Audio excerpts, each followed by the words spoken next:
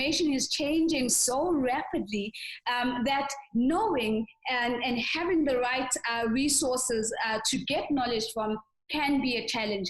If we think about COVID-19 right now, the knowledge that we've required to have around the laws and the regulations that are impacting our businesses, including, of course, the fact that there have been interventions such as financial funds that have come to the market, but if you don't know about them, chances are that you actually haven't had the opportunity to tap into them. Now, I'm going to introduce our guest, because I'm really excited that we have this person on our very, very first masterclass with us. His name is Theo Baloyi, and Theo is the founder of Bathu. So Theo, you've already said hi, but you could do a little wave so everybody can see you.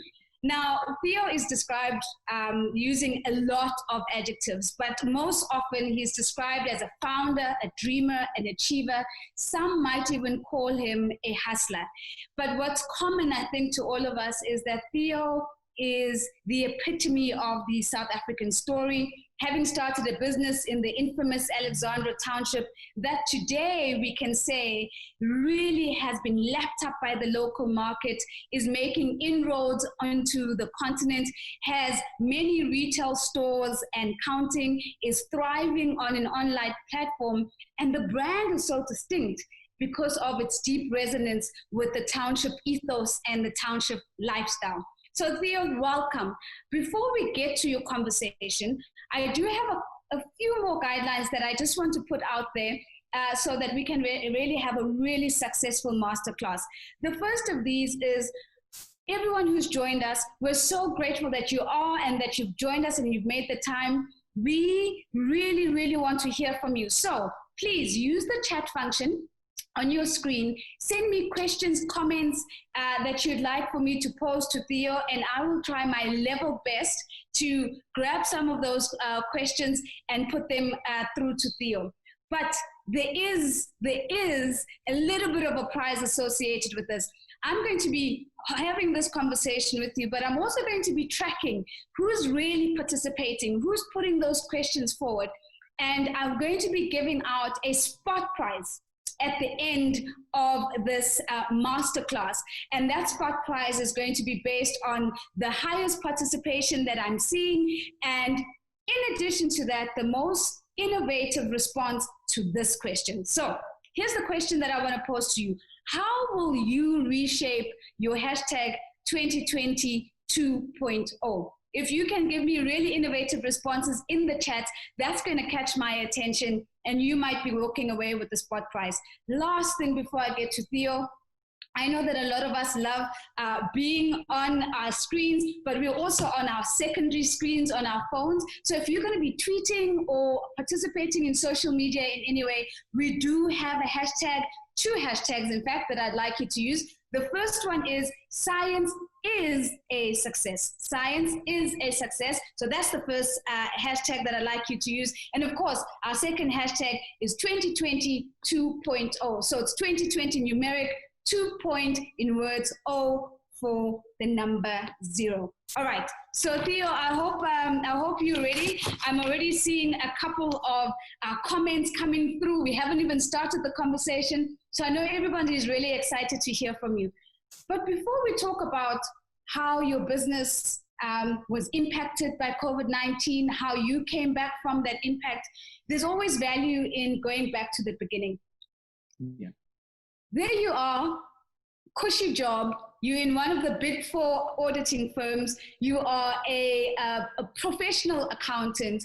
What is it that then inspires you to give up the secure corporate journey that you're on and instead start up Bathu and bring this idea to life? Thank you, Nozipo. And I just before I answer a question, I just want to thank Momentum for really, going over and beyond and building such platforms, where we can engage around the new normal and the pandemic and how we're surviving as businesses. But to answer your question, I'm an accountant by profession, if you've already mentioned, and I think I've always been caught by the entrepreneurial bug, when I was still doing my undergrad. I used to sell colognes and perfumes door to door in the streets of Alex when I was doing my second year, and I think that's where the entrepreneurial bug bit me. But as I went into corporate, I got caught up with a lot of projects, lots of travel, and in the midst of that travel, that's when the idea of Bathu started. I was a sneakerhead myself, buying a lot of sneakers overseas, and then obviously all the time I'd buy most exclusive sneakers that towards end of 2015, I had such a valuable collection, and I realized that there's actually something that is missing because of in that valuable collection, there was nothing that was coming from Africa. All of them were international footwear brands, and there's a saying that says, if you buy too much of it, then why not own it? But I think that's not the primary reason why I started the business. Why I started the business was that, all the time when I had to go back home in Alex, I would really see that our brothers and sisters are suffering. They don't have jobs, and most of them is not because of they're lazy or anything. Some of them didn't get the opportunities that we've got. Some of us, we got 100% bursaries, immediately after graduating, we got jobs, as I had to chat with a lot of gents, in the streets, Kukasi, in Alex, I would realize that it's a matter of opportunity, and a lot of them have lost hope. So in my travels, when I went back to the fancy offices, I was like, I need to do something for my people or for my community, so I wanted to start something that, number one, can reignite hope, and number two, create sustainable jobs. And that's how Bathu came about. Theo, because I've got so many questions that I've got for you. I've seen the chat lines already going crazy, and I really want to get some of the practical insights around the COVID. But I love your personal story. I love that, that tension that you had inside of you to say, this community that I come from need not look like this, and I can do something about it. So let me then fast forward a little bit. Let's talk a little bit about your early challenges, because if I've spoken to entrepreneurs around the world, and if there's one consistent thing in every entrepreneur's story, it's a chapter or three on early challenges or failure. What is one challenge that you can share with us that was very significant for your business?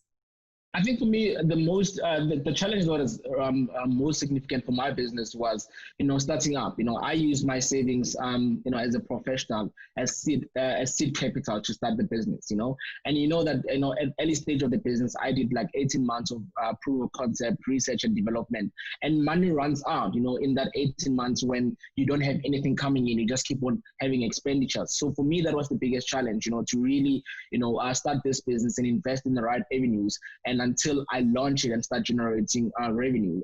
And then also, I got about 13 rejections from our factory, with our mesh edition design. So having to convince, the factory that, we really need to do this proof of concept with only 100 pairs. That was the most significant challenge. So I'm seeing a comment from Lebogang Moshime. She's like, please ask Theo, how did he start? How? So Lebogang, I hope you've been answered. You've heard the story of how he used his own seed capital there. Now, Theo, let's talk about quickly marketing and branding, because before the brand blows up and suddenly you have a reputation in the market and everybody wants to get a pair of Bathu, there's a lot of hard work that you need to do in getting to that place. How did you market? How did you get the visibility out there? For me, when I started in 2015, the whole influencer marketing thing was starting to boom. So in the 18 months of research and development, I really went into the depth of what is influencer marketing, how do you leverage of it, how do you use that, to build a brand. And for me, I was quite fortunate because a lot of celebrities or influencers, could resonate with our story. So for me, I think that's how I got to build and market my brand at the beginning. I went to your celebrities, your SMEs, told them my story, told them my vision. I was like, I would love you to try a pair if you can post about it, which really exposed me to a larger audience. And people got to buy the product and love the product, love the quality, love the story, and word of mouth. So that's how I got into marketing and building the brand. You know what they say, that you've got to break a couple of eggs if you want to make an omelet. So it sounds like that's exactly what you did. So I'm seeing a question from David Pule. David wants to know, are you looking to expand to Southern Africa? And I know that the answer to that is you've already started. So yes. David, I'm going to pause your question there because we're going to bring that in when we talk about how his export activity has been impacted by COVID. So on the back of that, Theo, I literally just want to lift that the original story that you've shared with us. And I want to go into March 28th, 2020, when suddenly there is lockdown and suddenly our reality has completely changed as South Africans, as is happening in the rest of the world. Let's start off with, what major plans did you have for your business in 2020, and how were those plans disrupted by the global pandemic? Look, for us, I mean, we started the year with big plans, with growth plans that we had aligned and that I was very vocal about, that I really advocated to the public at large, to our teams. Number one, which was, I mean, we just moved into, we just secured, a 3,700 square meter, warehouse and offices in Centurion. So we were relocating our headquarters, which was a big move for us, coming from a room in Alex. Number two was, we were on an expansion plan. We still are to open about 7 more stores now. We've already opened one of them, but then lockdown happened. So those were infrastructure projects that we were, embarking on. And unfortunately, the 28th of March, we had to stop everything. So that was a big challenge for us because, our revenue was cut, and then we had to wait for a good 4 or 5 weeks before we, go back to normal or go back to trading. So, yeah. Okay, so I just want to pick up on a comment that's come from Rihomuditwe. I love the comment. We're going to get to it, but I just want to share it because I think it encapsulates the spirit of what we're talking about today. Her question is, what's the most positive thing that COVID has taught you about being a businessman? Don't answer it yet. We're going to get to that answer. But thank you for that question, because I think it's really speaks to this energy of what we're saying, that 2020 is not cancelled, not by a long shot. Let's get to the practical implications of COVID-19 on your business. So the regulations come and suddenly you realize that you've got to change the way you're doing business in a way. How did you react? And practically, what did your business have to do? There's a saying that says, crisis breeds innovation. I think for me, what that has done for me, or the implications, has given me, a chance in a moment, because I was in a role, of, growing and expanding the business. So when that happened, I had to take a pause a bit and really look into remodeling my business, and optimizing my internal controls, and literally resetting, the way I do business, and try to build an infrastructure that is inclusive, and obviously into the new normal, there's new regulations, like you said, that I needed to now incorporate into my business model and the way I do business and the way I engage with my stakeholders, So, yeah. So I want to come back to our theme, right? Our theme is knowing. When COVID-19 struck for Bathu, where did you go to look for information? And how did that information help you in terms of, the pivoting of your business strategy and the kind of decisions that you had to take? Yeah, so for me, I mean, I think I'll tell you where I went first time. The first place that I went into, it's obviously having, management meetings with the right or relevant stakeholders within the business. Number one being our accountants, our stakeholders, our service providers, right?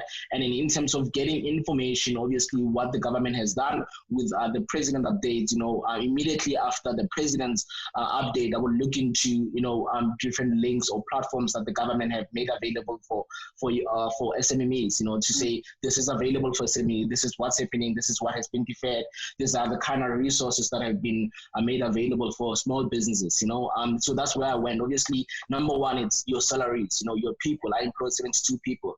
I'm like, if my business isn't going to be generating revenue, how is the government assisting us to pay our salaries? So that is the first thing that I try to get sorted in terms of the formality and applications, and making sure that our people are well taken care of.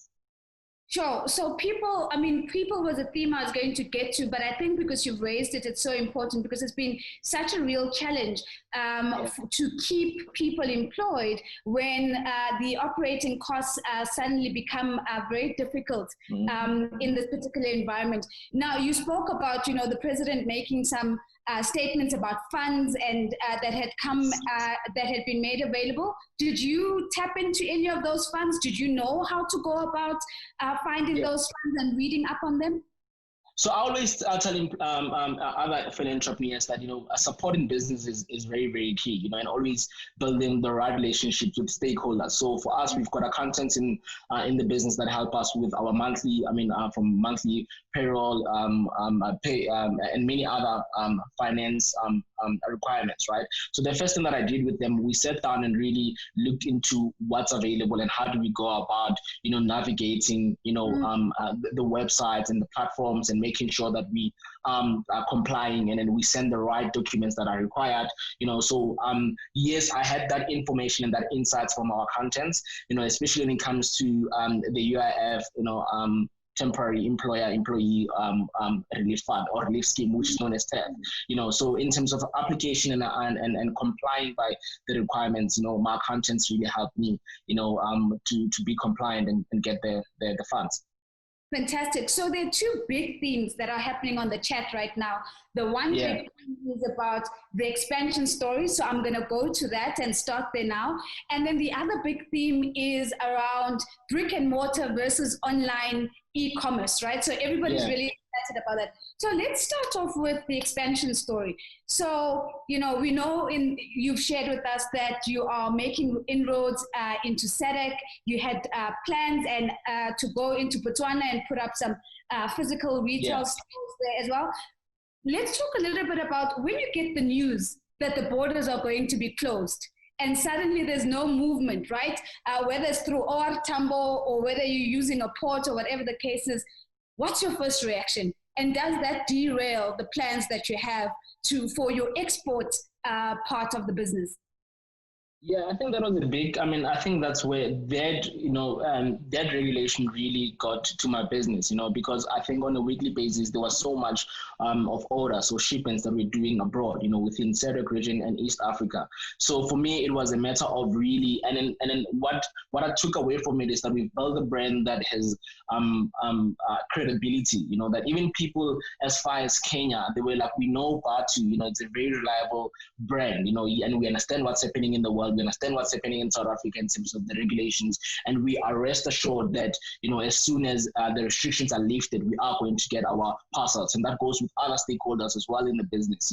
So I really had to sit down with our e-commerce team and make sure that we send the right brand promise to people who have supported us internationally and locally, and make sure that we abide by the brand values, which is integrity and honesty, that we won't take your money and not deliver. We're not delivering because we're dealing with a pandemic and, there's certain regulations that we need to abide by. However, we as a brand, as a business, we promise you that as soon as these restrictions are lifted, we will deliver your order within a certain time frame. So that really, really helped us, in terms of communicating with our clients. I absolutely love this idea of reviewing your brand promise and going back to the values that guide how you with your community, which is essentially your clients. I want to bring in this really, it's a multi-pronged question, but it's a fantastic question from Lungile. And Lungile says, I want to know more about the practicalities of a footwear business in South Africa. Is his supply chain local? How does he keep his manufacturing technologically current? How does he compete with China? Look, it's a lot, but it's a brilliant set of questions that Lungile has put forth. Yeah. So I love that question, and I think it's a question that I engage on daily. It's a topic and it's a challenge that I try to engage myself on a daily basis with the relevant stakeholders. Because remember one thing, Lungile, is that our business and our core of our business is not manufacturing. Our core of our business is to build, a shoe brand that Africans can proudly affiliate with. Yes, to answer your question, when we started, and we still do manufacture locally. However, there's a lot of technicality and footwear technologies that we still battle with in terms of doing everything else locally.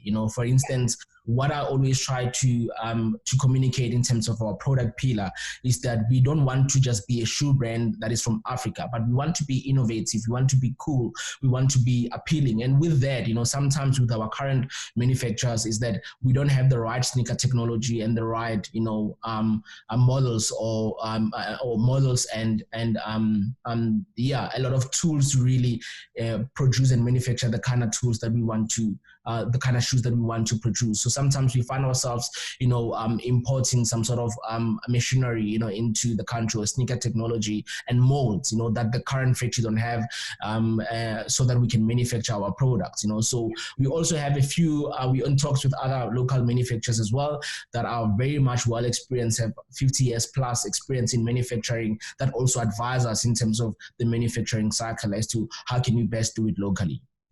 All right, so some interesting, really interesting import-export insight there. So let's come back to the second theme that is bubbling on our chat here, Theo, which is this idea of the expansion of brick and mortar retail stores, if you will. Now, I know that if you're talking retail, the number of stores that you have is always an indicator of success. It gives a lot of pride to retailers to be able to say, I've moved from 5 to a footprint of 15. Question to you is that, given what's happened with COVID, is this a strategy that you still want to pursue, that you still think is relevant for Bathu? And if so, what are the plans, and how many physical stores are you looking to put up? Yeah, I think just before I answer that question, I just want to communicate this, that our vision is to be, is to build a shoe brand that Africans can proudly affiliate with, and the vision is to basically build a hub, where consumers can walk in and buy an African sneaker brand with different SKUs and different sneakers, different products. So that's why we go in the retail. However, I think the beauty of our story and our business is that we did not start retail. So we started, traditional online and selling online, and from the put of our car and advertising on social media and delivering to clients. So that e-commerce mechanism, we started with it, and that's how we got to collect the data and build the brand, and then what we then did is that as we expanded into brick and mortar stores, we found tools to integrate our e-commerce and our footprint. One of the things that we actually lockdown has afforded us as we remodeled our business is the click and collect, a tool that we've plugged into our business that you can actually buy, which we're going to roll out in the next coming weeks. You can actually buy online and actually go to the store and collect your pair, and then if you bought online, you can go to any Bathu stores and really exchange your shoes.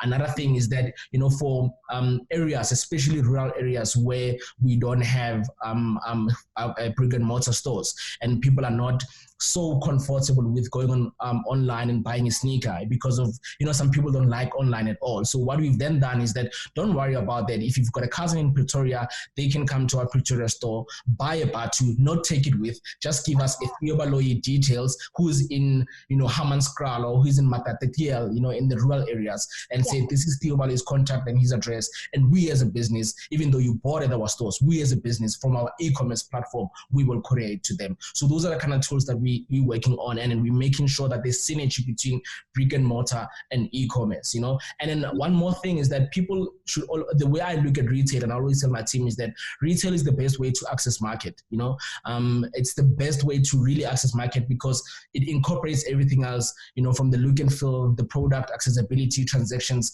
that is incorporated on e-commerce, and people don't get to really get that customer experience on e-commerce all the time. So the best way that we want to do it is to integrate the two and have synergy between, our brick and mortar stores and e-commerce. Oh, fantastic. So there's an interesting insight here in terms of your own journey to say there is a sweet spot where you can have thriving e-commerce and still have brick and mortar, and it's about finding that unique balance. Now, you started speaking about people a little bit later on, and I said that's a theme I wanted to get to later, so I'm going to go there now. I know how passionate you are about creating employment in our communities, but I want to talk about women in particular. And the question to you is, is Bathu empowering women in their business? Are you a leader that is really looking at empowering women in your business? And if so, how are you doing it? Yeah, look, I've got a management team of 8 people, and I think 4, if not 5, of those people in the management team are women, and then we are a business that really empowers women. I mean, from our graduate, I mean, we've got graduates that are working in our corporate office as well, that mostly are women. In different business units, we do employ women, and I think out of the 72 that we employ in average, we've got about 25, even 28 women working for the business, and we're looking forward to employ more. So I'm very very passionate about uplifting women and really giving them space, or giving them a platform to take up space in the corporate sector, and the little bit that I can do with the vision to really build Africa's premium sneaker brand. Oftentimes when you talk about sneakers, a lot of people can think, guys or amachita, so if I want women to play a role in that, not only from our corporate space, but also to the way we engage with the term sneakers, or the sneaker industry. When you talk sneakerhead, we already by default thinking guys, so we really wanna, double tap on this journey and the vision. Yeah. Yes. Yeah. Well, I'm going to give you full marks for using take up space, because we know that we first started hearing that from our Miss Universe. Yes. So you're an ally of the gender movement, and we're proud of that for you. Now, there's a beautiful question that's come from Tash here, and Tash is talking about resetting, and the question saying, what are the things that you were doing before that after COVID, you've realized that these are no longer relevant for your business? So are there things that you've done a complete 180 on and said, you know what, I'm resetting the strategy, I'm resetting this behavior, I'm resetting this way of doing business, because actually I see that this is actually no longer relevant for our journey going forward? Yes, they are, but most of them, they were like more of like an internal transformation for us. For instance, during lockdown, as we were sitting down with the management team on visual meetings, we realized that we actually, as much as we want to build, a shoe brand that Africans can proudly affiliate with, but what are the core values of our brand? And that's when we came up with the 4 brand pillars, that we want to do business by in a new normal. Our 4 pillars are, our brand, the brand story, our product, the value chain, and the team pillar, so that we try to run the brand with those pillars going forward. And also trying to really, like I said earlier on, crisis breeds innovation. And I think, with the kind of technicalities that we're having on e-commerce and the technicalities that we're having in store, one of the things that I spoke about previously was the integration between e-commerce and brick and mortar, so we sat down and realized that we actually have a lot of issues and technical issues that we in store level and e-commerce and social media in general. So we find tools that we can plug in to really elevate and solve these problems that we're currently experiencing. And we realized that the way we were doing it before lockdown, it was not the right way. And I think that's the beauty of lockdown, because it has forced us to pause a bit and to really think about our business and the way we're doing business, about our brand. So there's a lot of things that came from this lockdown. Yeah. So that's really fantastic. I just want to highlight the question that I raised earlier to say I am seeing a couple of our guests doing a phenomenal job in terms of responding to that question. I'm going to ask it again if you missed it. How will you reshape your 2020 2.0? And I'm looking for some incredible, innovative, fresh responses, and of course the level of engagement. And at the end of this masterclass, somebody's going to get a spot prize and walk away with that prize just because of their level of engagement. Theo, we've got a couple more very practical questions that I think would be really, really good for us to get to. So I want to bring this question from Piwo Huhle. And Piwo says, how did you manage to get brands, to get manufacturers to trust you and your brand? Because one would imagine that manufacturers will make up a very important stakeholder for you. And one of the things you spoke about meeting brand promise. And if the manufacturer and you are not on the same page, that's how brand promise is going to go out the window. Yeah, sure. Good question. So take you back 2015, this Theo wants to start a shoe brand, but doesn't want to do it, the conventional way. And I was like, you know what, there was a trend happening at the time, with colorful socks, which was dominated by Happy Socks, or a brand called Happy Socks. I wanted to build a happy shoe, and that is what inspired our flagship design, the mesh edition, a shoe that can breathe, a shoe that can show off your, colorful socks, a shoe with some colors on the sole. And in shoe manufacturing, mesh, the mesh that we use, it's commonly used as a component of a shoe, like either at the back, in front, on top. So my idea was like, I want to make the whole shoe as a mesh, right?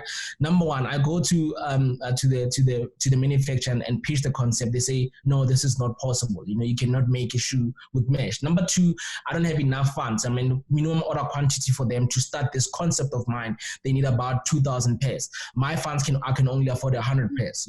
So I had to go and really, pitch my idea and say this can work, right? And so that's why I was declined 13 times, until I flew down to Durban and really knocked on the owner's door and said, we need to do this. And he liked my energy, he liked my, go get a spirit and, just going for my dreams. And then they finally switched on their machines, even though it's only 100 pairs. You need to think that there's electricity, there's labor cost, there's maintenance cost on those machines, but they're not making any profit. And I was like, I understand that you're not making any profit, right?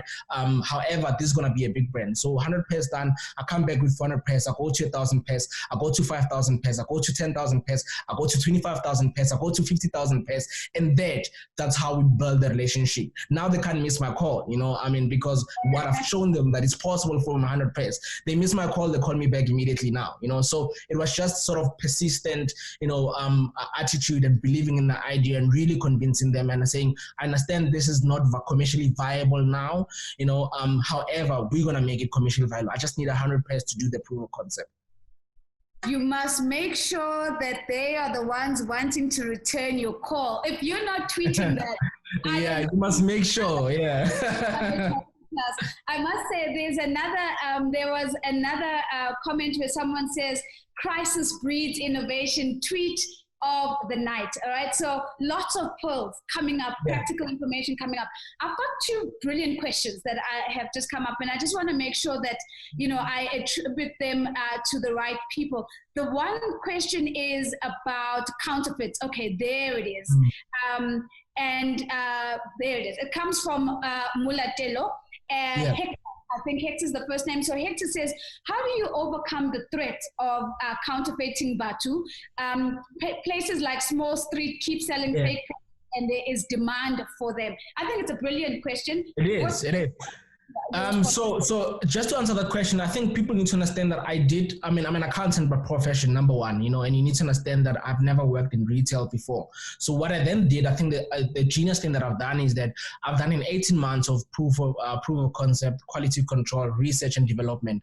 And out of the research and development or the research that I've done, one of the topics that I really worked on hard, I think for about 2.5 months, if not 3, was counterfeit, So then I developed the counterfeit methodology to say, how are brands surviving counterfeit? How am I going to make sure that as I embark on this journey of building a shoe brand that Africans can proudly affiliate with? I knew that it's going to happen, you know what I'm saying? So by the time it happened, I knew that I've got a methodology that I need to implement. I already had signs that it's coming, obviously due to the demand that we're getting at the time. I knew that, that people were looking at it and they're going to try to come up with counterfeit. So for me, I think number one thing was basically to really position the brand like Bathu is only and it's exclusively available at Bathu stores. So by default, what that tells you is that if you find Bathu any other way or anywhere in the streets, even if it's a store in Sentin, you know that you need to question that product. So I strongly communicated that and I put a methodology together, around counterfeit. And sometimes, I know it might sound wrong, but sometimes counterfeit are a good thing for brand, in a lot of things, because of it gives you a stepping stone to really communicate your unique selling proposition, to communicate your brand promise, to really distinguish yourself from the rest, you know what I'm saying? So, and to really get your clients to engage and to take interest or genuine interest into the product, to say, is this really a genuine product? How do I export it? And that is some sort of an information or education around your product for your clients, So I did, to answer the question, I already had a counterfeit methodology, to implement when it happened. And when it happened, actually, when we implemented the counterfeit methodology, our sales tripled, ironically. Sure. So that's interesting. So you took that, you reframed it as an opportunity to up your distinctiveness and an opportunity to communicate with your market, to really know what is authentically Bathu and what's not. Now, here's an interesting conversation that's happening here on the chat. There have been a couple of voices that say, Nozipho, please ask Theo, is he going to branch out into other products? Are we going to get jackets? Are we going to get more formal shoes? Are we going to get purses? But now, Yes. listen to this comment from Frank. Frank Gwenya says, the answer to succeed is to do less business. And this is maybe one of the things we need to reset. Mindsets from that when you do more, you're actually more successful. So I'm putting this up to you. I'm saying you're the referee, not me. Is it about increasing the product offering across the board? Yeah. Is that the strategy you're looking at? Or are we choosing to do less and to obsess about less? So the strategy is we're not doing anything more in the next 15 years. We're already 5 years into this, so we've got 10 more years until we really, do more product diversification. And the reason for that, and I think I agree with the other statement about less is more, or the less is about doing less. So for us is that we're going to be doing strictly sneakers for the next 15 years, or actually for the next 10 years, because we're already 5 years into the game. So strictly sneakers. And the reason for that is we really want to, I've done a lot about, local brands. Local brands come for 2-3 years and then they die out, come for 2-3 years, they die out. And then the research, I think, Nozipo, is that it's quite fascinating how, brands in the States, like for instance, Under Armour, I started like an urban brand and local brand. But now it's listed, and Nike started as an urban brand as well, very, very, as an athletic brand, a sports brand or running shoe, but now it's a big company that is listed as well. So where are we failing as Africans to really start local brands and that can be big and go across regions in the world, and people can really affiliate with? It's mainly because we as local brands, what I found is that we don't give our brands enough room to tell a story, enough room to to communicate a brand promise, to trade by values, to really learn and fail and build a value chain and build an infrastructure that can be independent, So for me, and really, really go as far as getting the market capitalization. We've got a lot of brands, but if you look at from apparel to footwear to suits, what is that local brand that has about 2.5 market capitalization in South Africa? We don't have. All the market capitalization are taken by international footwear brands, So you really need to give your brand enough time, to deliver on the brand promise and brand value and build that credibility. So we're not doing any product diversification simply because of that. So I'm really keen to start talking post-pandemic plans, because we know that, there is life and there is a world outside of this. But 2 quick questions that I think have come up quite a number of times. So Shem, Tapelo Mutudi has been sending this one question over and over, so I'm going to take it now. Tapelo is saying, besides your own online platform, would you consider listing your product on any other African online e-commerce platform? So that's one part of the question, which is, your strategy, your e-commerce strategy into Africa. And then somebody else earlier, and I'm so sorry, I can't find the message now, but it did stick in my mind, was what is Theo's global expansion strategy? And would he then consider global outlets if he does go global, or will it be purely e-commerce? Quick response to that one.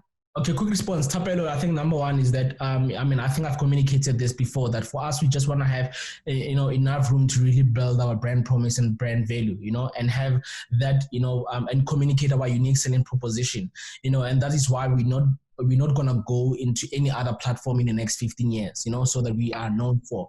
Number 2, in terms of the global strategy in terms of expansion, is that yes, we've got, however, we really want to have a solid fit in or footprint in SADC, before we go globally. And then the thing is that we really want to do this globally independently. No, not SADC region, in the SADC region, we want to do it independently, so that when we go global, in other regions, starting with East and West Africa and other regions, we can have, shareholders on board to really help us deliver the strategy, So the best way to really sell that strategy is to prove it in the SADC region, so that by the time you go to investors or shareholders and says, I've done it in SADC, however, I need to take it to other markets as well. Therefore, I need the investment to be able to deliver the strategy.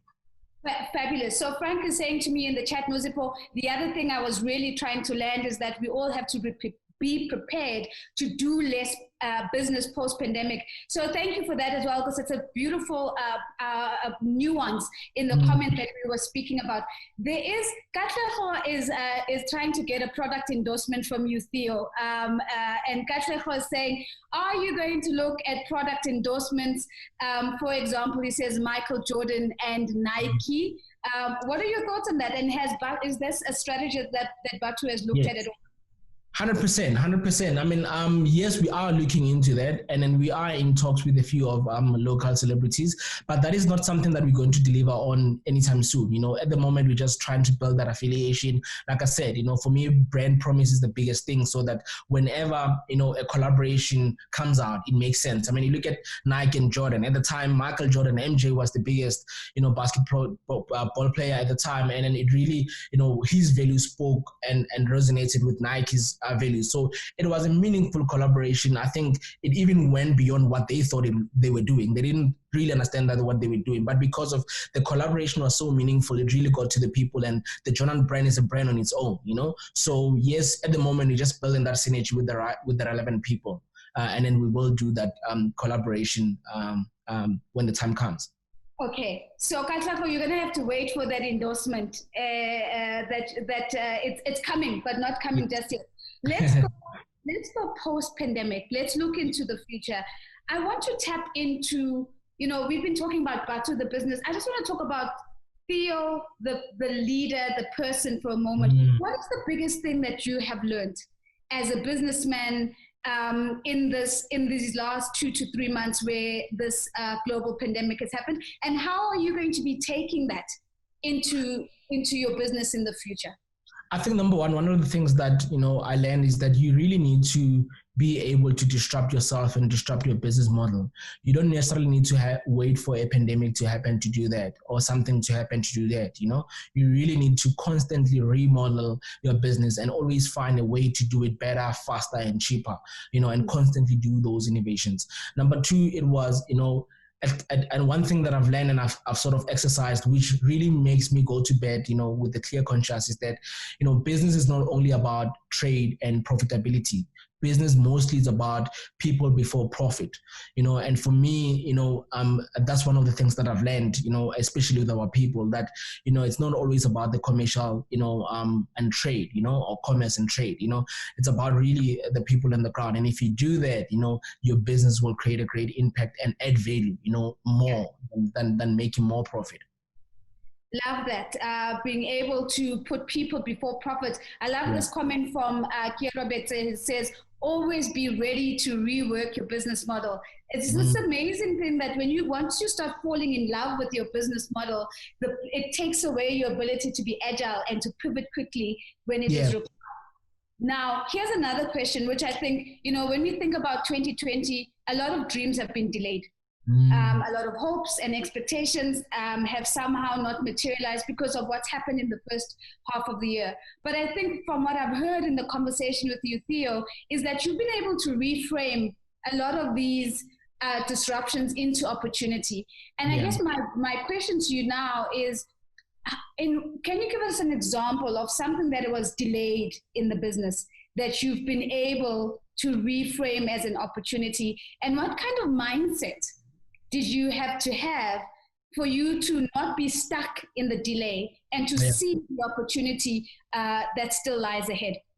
I think, you know, at the top of my head, I really had to, you know, understand that, you know, you need to take the change and the hits as they come, you know, and really try to incorporate them. Everything else happens, you know, for a good reason. You know what I mean? I mean, for us, I think the biggest thing is that, I mean, one thing that I forgot to mention earlier on is that we were on a plan we currently have 72 employees. So we're on the plan, you know, to increase that head count to 100 by, you know, end of June, you know, meaning in 3 weeks, we should have had 100 people because we're opening more stores. However, it's not the end of it, because with the opening of the new store that is happening on Saturday, you know, we will be able to employ 5 more. So to really look back and really continue it and really understand that sometimes you really need to incorporate change into your business, you know, because there's always room to learn more about your business when those happen. So I think the biggest thing, to answer your question, that has happened to me and that I had to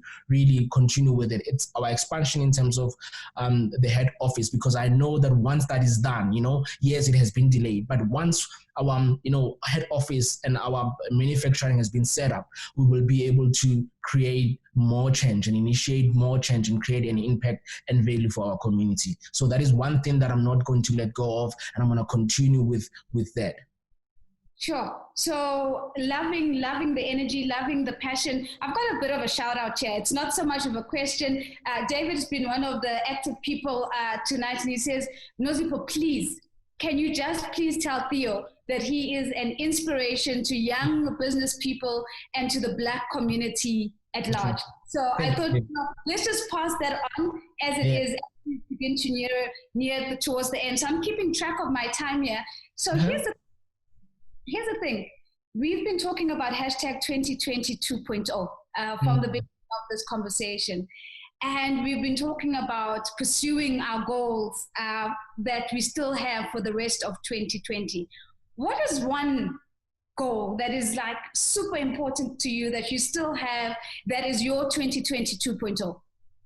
Our tagline says walk your journey, right? And that's part of our brand promise. So Bathu is a brand that has no color, no race, no target market, because we really want to embrace everyone who's in a journey of greatness, a journey of discovery, a journey of making change, a journey of creating impact, So we embody that as a brand to say we want everyone else who's in a journey of being great or really being the best version of themselves to come on board and walk. We will walk with them. We will give them shoes to walk with, right? So I think number one is that all the time, just the other day was in Alex, and I looked at, the people, in our community, and some of them, because they know me, they stopped me, they asked me if there's any job available, So as I was driving back home, I was like, geez, man, I've got a call to really go back, and employ more people and really make a difference in our communities, in many other communities, So Theo, you can't really, let this COVID-19 get back to you. Think about it. In the 1970s, there was the Great Depression. In 2008, there was credit crunch, and we still made it strong. So post COVID-19, yes, it got to you. Yes, your infrastructure project was delayed, but you can still make it. Sure. Yes, it was delayed, but you can still make it. So Theo, I'm going to pause for a second there, because I do want to play a momentum video that I really think really captures the essence and the energy of the conversation that we've just had. When we come back from that video, we're going to be announcing the Spot Prize winner. So we've been tracking your participation, tracking your comments, your contributions, your questions into the session. And I'm going to get a name that is going to be sent to me that I'm going to be able to share with you now. But for now, let me ask the Momentum team to please share with us this audio visual that we all are dying to see.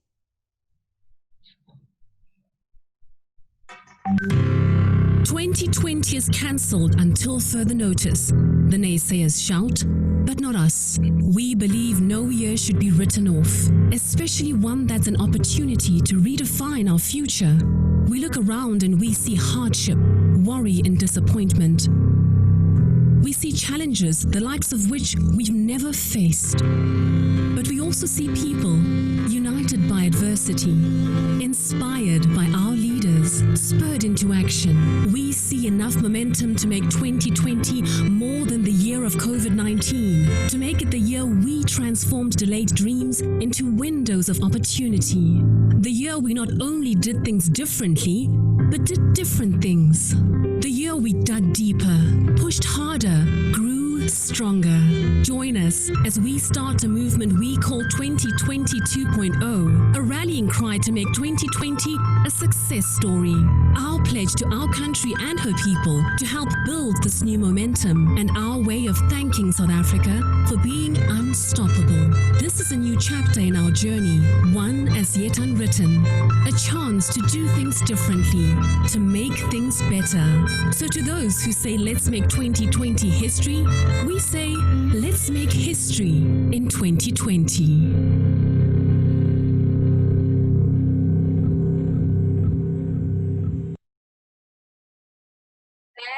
Is absolutely fantastic. What a beautiful way of carrying through the energy of this conversation.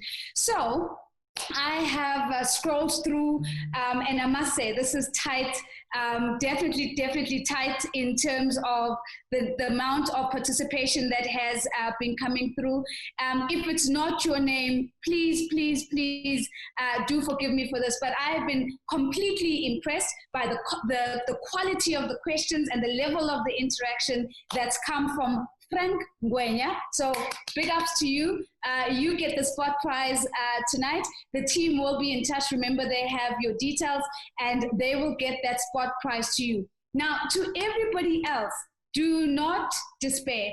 At the end of the 4th masterclass, we will be tracking to see who has joined every single masterclass, all 4 of them. And if you are one of those, you go into a pool where you stand the chance to win, wait for it, a business coach, which we know is such a valuable prize, but also an opportunity to be profiled in the Kaya FM ecosystem of platforms, so Kaya FM TV, Kaya FM radio, and their online platform. So please do join us as we transition to the next conversation, same time, Wednesday, 7 p.m. next week. And the theme for next week is understanding. So the theme today was knowing. The theme next week is understanding.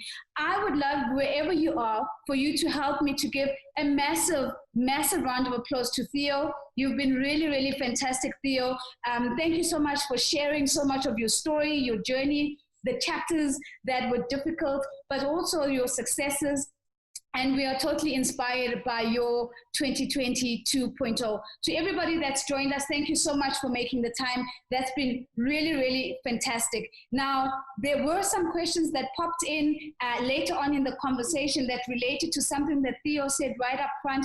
We will be sharing the link of this conversation to everybody who is in this masterclass. So you can go back and watch again and listen to the really practical information, the insights, the tools that Theo has left us with. And that is going to be part of our digital pack takeaway that we're going to be sending to you. From myself, Nozipho Shabalala from a chilly Johannesburg. Thank you so much for making the time to join us. Thank you, Momentum. Thank you to Kaya FM for making this masterclass possible. I'll see you same time next week.